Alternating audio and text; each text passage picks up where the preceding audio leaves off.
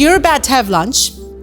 It's a little early, but it's, we've been going for a few hours now, and I'm not sure where your food is, but I want you to see if you can go and gather around where your food is being laid out and just have a look at your pre-packaged meal. I don't know what yours looks like, but this is what mine looks like today. So I have been given this pre-packaged meal for lunch. Now, COVID has kind of got us to the point where we have to do this because it's COVID safe, etc., etc. But let's be honest, I think in the church we've kind of been packaging things a little separately like this for a while, and this is part of what we wanted to kind of, I suppose, unpack, is that in some ways we've kind of got used to walking in and being given a pre-packaged meal. Some of you might like that because you don't have to think about it, you don't have to put any effort into it, you just take it and go for it. Others of you might go, well, actually, I don't really like tomato chutney, or I don't like apple juice. And so, it's easy to kind of complain and say, well, I don't like this or I don't like that, when you haven't put any effort into it, you've just been given it. And of course, I can easily just say, well, I just won't drink. I won't have the apple juice, or I'll just kind of turn off and I won't bother with the tomato chutney. But I'll have all the rest. That'll be okay. And we kind of get to that point where we can almost be a little bit like pick and choose. I'll do that, or I'll come when that's happening, or I won't come when that's happening. I especially won't come when that's happening. All that kind of stuff. And so, in a sense, we've got to think about what's happening in our pre-packaged presentations. How do we, is that the way God planned us to do life together, even in community? I'm not sure, even though it doesn't mean that each of these individual packages still have value and they're still nourishing and they can still, feed my stomach. But I think there's different ways to do it. And that's really what we want to talk about today. So you should be around your tables, and you should see that there is a prayer. Maybe it's been pre-assigned. I'm not sure what Michael's going to do, but I'm going to hand over to him, and I'm going to get you guys to pray for your meals, pick up your pre-packaged meal, take it back to your tables, and with some questions over a meal together, talk about what comes up for you with those questions. And I'm looking forward to hearing some of that feedback that we can kind of build on in about 25 minutes. So enjoy your meal, pray for your meal, and let's see what happens over the next 20 minutes as you eat and share.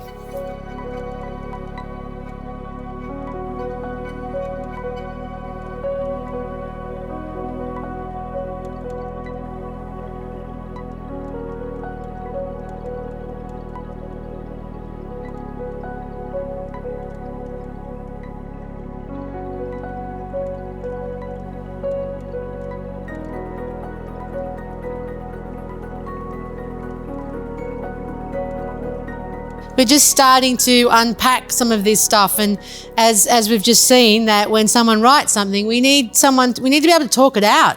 We need to be able to kind of go, well, what does that mean? And that kind of adds another thought. And, some of the things you said, I kind of go, oh yeah. And you think, and so I think that this is really just this experience is that point of going, when we create Glasshouse experiences where people get to share, then there is a lot of depth, and there's a lot of a chance to kind of, you just don't know. One little statement may just be enough for someone to go, okay, thank you, helps me shift a little bit this way. And I think that's really what we're trying to do here is kind of with visuals, with sharing, with talking together, with sharing around a meal, with post-it notes, with questions.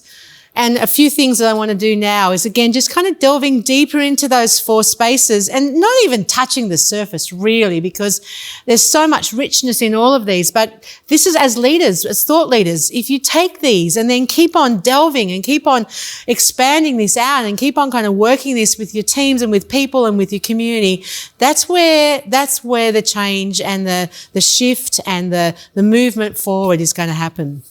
So let's have a look at the word provides. Let's start with one corner of the room, wherever that corner is for you. And when I think about provides, one of the things that came up to me, and you might hopefully see in my PowerPoint, is I like Soul Origin, like the fast food place. And I love the fact that I can walk and see, usually 15 or 20. Now, I think you have it in Brisbane, Soul Origin. But if not, you'll know those kind of big salad bar places where you've got lots of options and every combination you could possibly think of. And for me, I love that I can come and, basically I tend to go for the same one every time because I kind of know what I like. And I get a little bit sad actually if I get there or maybe sad or a bit frustrated when it's not there or it's sold out or they're not providing it for the day. But it's all these, it's kind of pre-packaged, as we've talked about, salads that are really nourishing, that are really different, that are really unique, that are all combined. And, I get to choose the combination I like, and I get to not have to do anything and, just pay my money and I get it and I can enjoy kind of what I hope happened today over lunch, that it was all prepackaged for you. Someone else provided all the food and you were able just to sit there and just take it in. And again, it's not, and I love that question about special diet. When is there a time when we need to have special things? And I agree. There's places for this. This is not a either or. This is a both and. But it's actually just going, if all we're ever doing is just pre-packaging and providing completely for everybody, then I just wonder if there's something that we're missing, even in that small conversation of Michael just sharing with me and with all of us the little post-it notes. There was things there I wanted to unpack and I wanted to say why and I wanted to ask more and I wanted to hear more. And it's that kind of thing. Instead of the one person providing and we just sit there and take, how can we kind of create a space where everyone can provide something and we can actually enjoy that? An email came over my desk last week, and it may have come over yours as a leader, and I love, I'm not naming it, but I love the intention of this ministry. But again, our words, the way we provide things, and even the way in which sometimes we can be enabling things, kind of challenged me, because the email actually read, and it actually used the word bite size. It said, I'll just read it in case I get it wrong for you, but it said, we want to share another bite-sized finding that you can use to become a more informed leader. And it said, leadership has great power to shape experiences for churchgoers, agreed. And when asked what church aspects were enjoyable, the top 5 things that people said that they would attend church for were leadership style of the pastor, style of the preaching, music style, friendliness of congregation, and the topics that were preached on.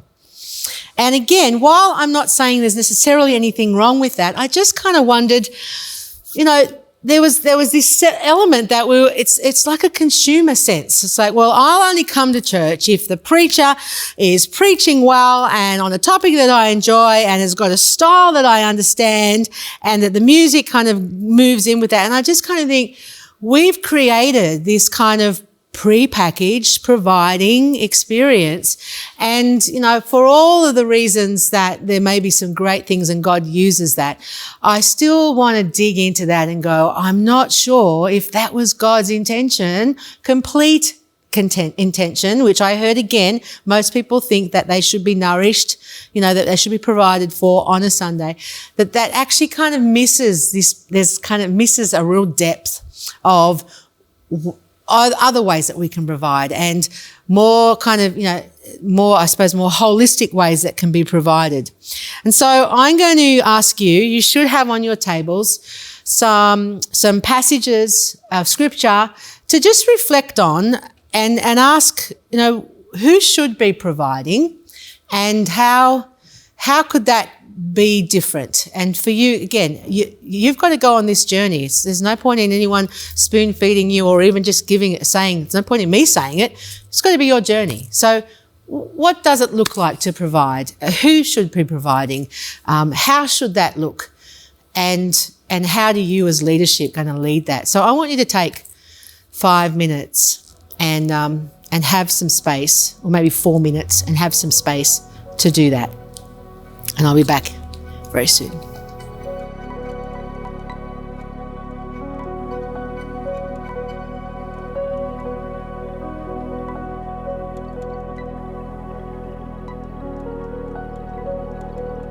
The difficulty with all of this, again, is that the more and more that we ask these questions, the more we want, we need more time. We realise we need time. And I think I heard someone say, in terms of some of the post-it notes, that time is one of the problems. And again, it's the way in which we've packaged things. It's the way in which that we've kind of set things up. And as soon as we start to kind of unpack that and try to have interaction, you'll find that time is always our enemy, and time will be our enemy today. And I don't like to move on because I think, I'd love to hear and I'd love us to talk about what we've even already talked about. But as we add on to that, we kind of look at the concept of preparation. And again, as I talked about, the pre-packaged, I can go to Soul of Origin, or I can go to Coles and I can pick up pre-packaged meal. And no, there's anything wrong with that. But sometimes I think it's to the point where we actually kind of wonder, where does this come from? Like, going back to the natural part of all of this, what do these kind of elements look like? What does it take for this kind of preparation to happen?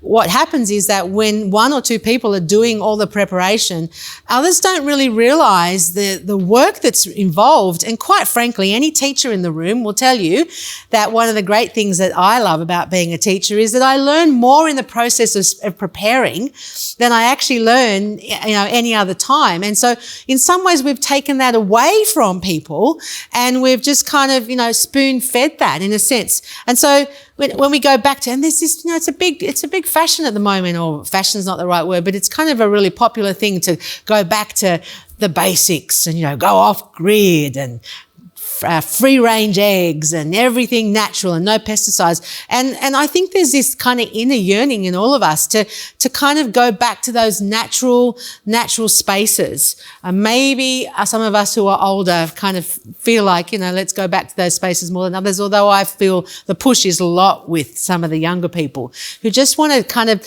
be a part of it, who kind of want to be able to pick up the carrots with the green bits in them, and see that our carrots are cute. And I don't know how they get those nice straight ones, because when I pull ones out of the garden, they're kind of knobbly and little and different, and it's just different when you kind of get away from the processed stuff and you start to get back into the natural way in which things. And I tell you what, when you've grown some carrots and you make something out of the things that you've homegrown, and people turn their nose up at it after all that time and preparation and years of growing and, kind of nurturing and all that sort of stuff, it kind of changes the way in which we respond to things when we've been a part of the provision.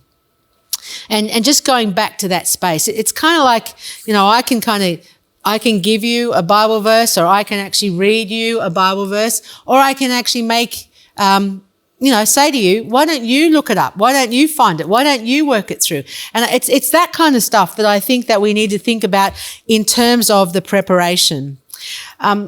And yet special diets or special things, I have a kind of I suppose in my family, I'm not really a good cook. However, when we get together, my children always want me to make my potato salad. They call it my famous potato salad. And I just so happen to have one already made for me. And so this is my potato salad, and I just obviously do it a little bit differently to maybe what the traditional potato salad is. But for some reason, my children really love it. And it's kind of like that kind of, I'm not a nana yet, but, the whole Nana's recipe thing, that you kind of like it when people bring the thing that they specialise in. But even that, it's really sad when they're gone if you don't know how to do that. And so I can kind of, give you my offering of my potato salad and how I make it and why I do it and why the potatoes taste so good, et cetera, et cetera. But even then, you're kind of taking that. What is best in if we're going to really talk about how we learn best from providing, is if I was to give you a dirty old potato straight from the ground and say, okay, well, let's make this from scratch. And let's do this together. And let's all bring the little bits that we provide, and let's see what we can make together. And rather it becoming, oh, mum's famous potato salad, it's something that we can all do. We can all share. And so I'm going to give you a potato, hopefully, or you're going to receive a potato. And again, the difference between me just giving you this or you having potato salad put onto your plate where you can just eat and enjoy someone else's preparation and labour and all that hard work that went into that. Or what people don't like is that you're going to have to do a little bit yourself. And in the doing it yourself, there's something to be learnt. So I hope your potatoes are really dirty, because there's something to learn in that. That getting this means there's a little bit of dirt and there's a little bit of potatoes. And I'm not going to preempt it. I'm going to let you experience it. So you're going to take some time, you're going to peel a potato and you're going to share around that experience together and have a chat. And I'll see you in 5.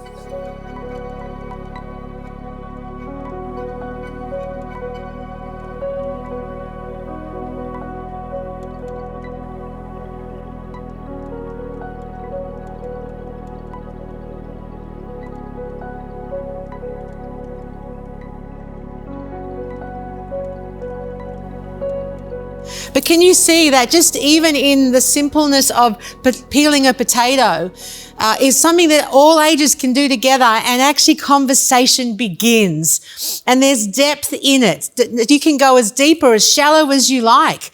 And these are the things I'm trying to, so when we provide simple things and yet we allow them to be a part of the process, it makes all the difference. It's like, and before that I would go even further into the nourishment piece and go, it's fine to have the potato salad, it's fine to even peel the potato, but where does the potato come from? And how long did it take for this little potato to grow?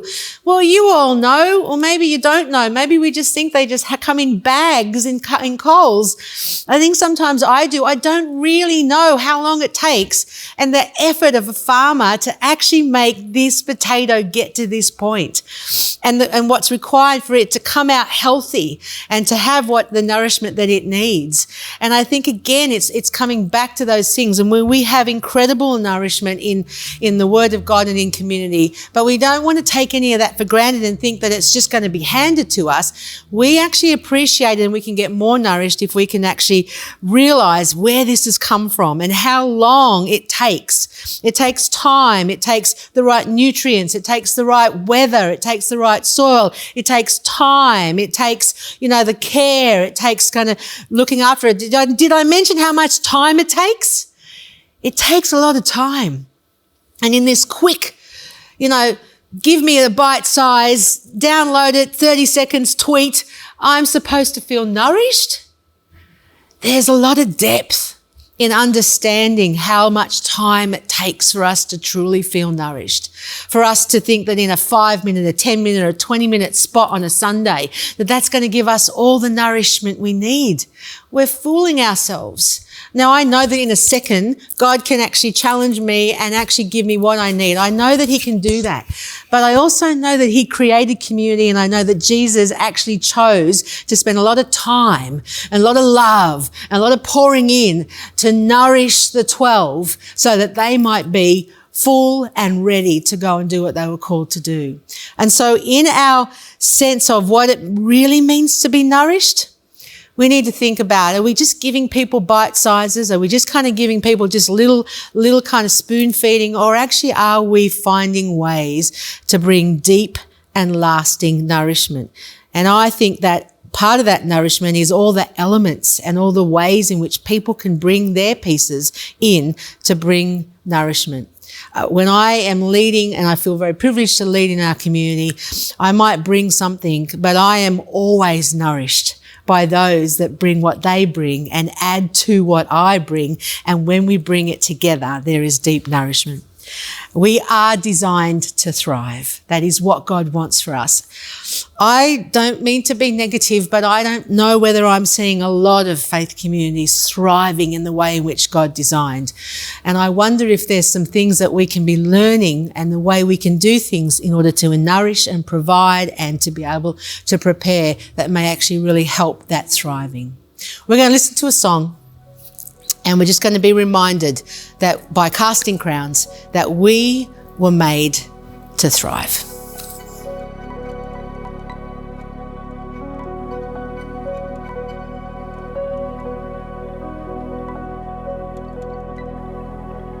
made to thrive. That's a way, made to flourish or thrive, whatever one you want to use. I love that word.